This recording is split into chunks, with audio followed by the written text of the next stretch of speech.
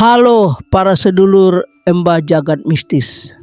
Malam ini Embah akan bawakan sebuah kisah yang pelan-pelan akan merayap ke telinga panjenengan semua. Kisah tentang seorang penghuni baru yang sejak pertama kali datang tidak pernah sekalipun membuka mata. Tapi sebelum kita masuk ke cerita utamanya, Embah akan bocorkan dulu asal-usul misteri besar yang menghantui rumah itu. Sebuah masa lalu kelam yang dikubur rapat oleh penduduk kampung selama bertahun-tahun. Narasiku bermula dari seorang pemuda bernama Ardi, 27 tahun. Ia barusan pindah kerja ke kota kecil bernama Ringin Mulyo, sebuah daerah yang sunyi, jauh dari kota besar. Karena mencari tempat tinggal murah, ia disarankan oleh kepala unit kantornya untuk menyewa rumah tua yang sudah lama tidak ditempati, rumah yang terlihat kokoh, bersih, tetapi tidak ada yang mau menempatinya. Pemiliknya sudah lama menghilang.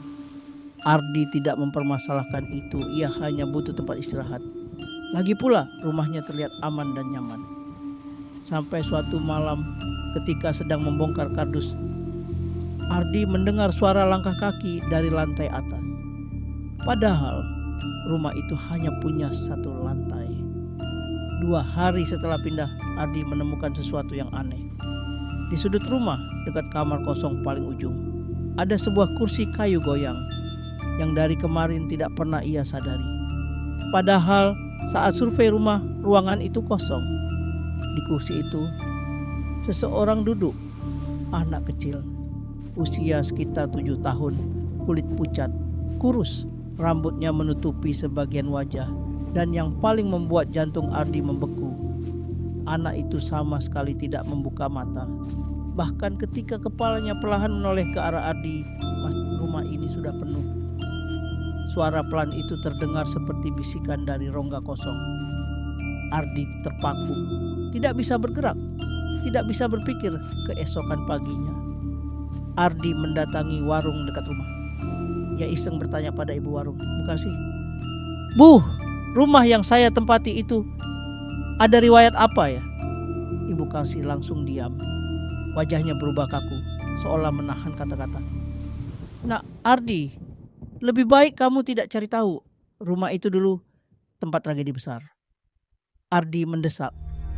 Dan sedikit demi sedikit, Bu Karsi bercerita, 22 tahun lalu, rumah itu dihuni sebuah keluarga. Ayah bernama Rahmat, ibu Dewi, dan seorang putra. Adik keluarga ini dikenal harmonis. Tapi sejak Dewi mengandung anak kedua, sikap Rahmat berubah. Ia jadi kasar, mudah marah, dan sering mengunci diri di gudang belakang. Orang kampung percaya Rahmat mulai mempelajari sesuatu. Sesajen, dupa, dan suara rintihan sering terdengar dari dalam gudang. Dewi sering terlihat ketakutan, tapi ia tidak pernah bercerita pada siapapun. Hari kelahiran anak kedua tiba, tapi yang lahir bukan bayi, melainkan suara tangis yang terdengar dari 2 tempat sekaligus, dari tubuh Dewi dan dari gudang tempat Rahmat melakukan ritual. Dewi kabur membawa bayi itu ke kamar belakang. Ia bersembunyi selama 3 hari, dan pada hari keempat, warga menemukan ketiganya menghilang, rumah kosong. Tidak ada mayat, tidak ada jejak. Sejak itu, warga menganggap rumah tersebut sebagai rumah terkutuk. Malam berikutnya, Ardi sengaja membuka pintu kamar tempat ia melihat si anak. Kursi itu ada lagi. Anak itu juga ada. Masih dengan mata terpejam, namun tubuhnya kini agak condong ke depan, seperti sedang mendengarkan langkah Ardi. "Kenapa kamu di sini?" Ardi bertanya dengan suara gemetar. Anak itu tersenyum tanpa membuka mata. "Karena aku menunggu ayah." Ardi menelan ludah. "Di mana ayahmu?" Perlahan bibir pucat itu menjawab, "Di balik dinding belakang, tempat ayahku menyimpan kami." Saat itu terdengar ketukan keras dari dinding rumah 3 kali, berirama, seperti ada sesuatu yang ingin keluar atau ingin masuk. Ardi nekat menghubungi pemilik rumah asli. Orang yang menyewakan rumah itu lewat agen pemiliknya ternyata keponakan Dewi bernama Mira. Ia mengungkapkan sesuatu yang tidak pernah diberitakan warga. Rahasia besar keluarga. Itu ayah Rahmat. Bukan mempelajari ilmu hitam sembarangan. Ia mencoba mengikat ruh keluarganya agar mereka tidak meninggalkan dirinya. Dia takut ditinggal Bu Dewi, kata Mira. Jadi dia melakukan ritual untuk memastikan istri dan anak-anaknya selamanya bersamanya. Tapi ritual itu gagal. Yang terikat bukan jatah hidup, melainkan mata. Ruh Dewi dan kedua anaknya terjebak dalam keadaan seperti tidur abadi. Tidak bisa membuka mata, tidak bisa pergi, tidak bisa bebas. Karena mereka masih dicari oleh sosok Rahmat yang juga tidak mati secara wajar. Dan menurut Mira, sosok itu masih mencoba masuk kembali ke rumah. Puncak kejadian terjadi pada malam hujan deras. Ardi mendengar suara tangis bayi dari kamar belakang. Kamar yang dulunya dipakai Dewi untuk bersembunyi. Ia masuk dengan senter ponsel. Di sudut ruangan, di kursi itu, kini ada dua sosok. Si anak yang tidak membuka mata dan seorang bayi kecil yang menangis. Tanpa suara Ardi mencoba lari, tapi pintu menutup sendiri. Senter berkedip. Aroma wangi melati bercampur bau besi yang pekat memenuhi ruangan. Lalu terdengar suara lain di belakangnya. Suara napas berat. Napas seorang pria dewasa. Aku sudah kembali. Tutupkan mata mereka. Jangan biarkan mereka melihat dunia ini. Ardi menoleh. Dan untuk pertama kalinya, ia melihat sosok ayah itu, Rahmat, dengan wajah gelap, mata cekung, kulit memar membiru, dan kedua tangannya menggenggam paku panjang. Bagian 7. Ritual terakhir Ardi didorong masuk ke tengah ruangan. Sosok Rahmat mendekat, namun tiba-tiba anak kecil itu berdiri untuk pertama kalinya dengan mata tetap tertutup. Ia memegang tangan Ardi. Ayah tidak boleh kembali. Ayah harus tidur. Bayi itu berhenti menangis. Udara menjadi sunyi. Tiba-tiba dari belakang Rahmat muncul sosok perempuan. Dewi. Wanita pucat dengan perut bekas jahitan panjang. Ia menatap Ardi seakan meminta tolong. Tolong tutup mata ayah.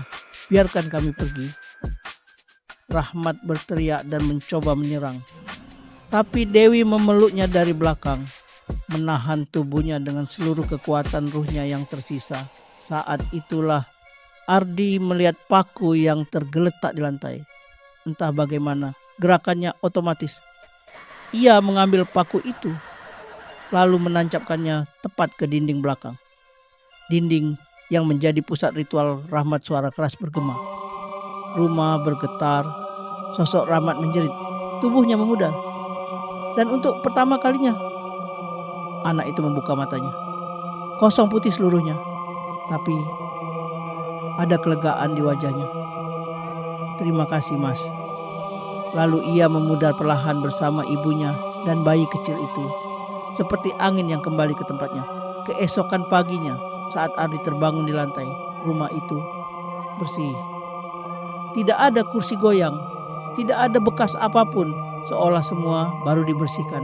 Tetapi di dinding belakang, paku itu masih tertancap. Dan sejak malam itu Ardi tahu, ia bukan hanya menyewa tempat tinggal. Ia menyelesaikan ritual yang tertunda selama lebih dari 2 dekade. Namun sampai sekarang, kadang saat menjelang subuh, Ardi mendengar suara kecil dari kamar belakang. Mas, rumah ini sudah penuh, tapi kamu boleh tinggal bersama kami. Dan kursi kayu goyang itu sesekali muncul kembali. Jadi latar belakangnya bukan sekadar hantu kos biasa, tapi sebuah rumah tua yang punya penghuni awal, yang tidak bisa membuka mata, bukan karena takut cahaya, tapi karena ada sesuatu yang jauh lebih mengerikan. Kalau ia melihatnya, dia menjaga agar tidak ada manusia yang ikut melihat sesuatu itu. Dan dia butuh seseorang di kamar itu. satu jiwa yang tinggal untuk menyeimbangkan keberadaannya.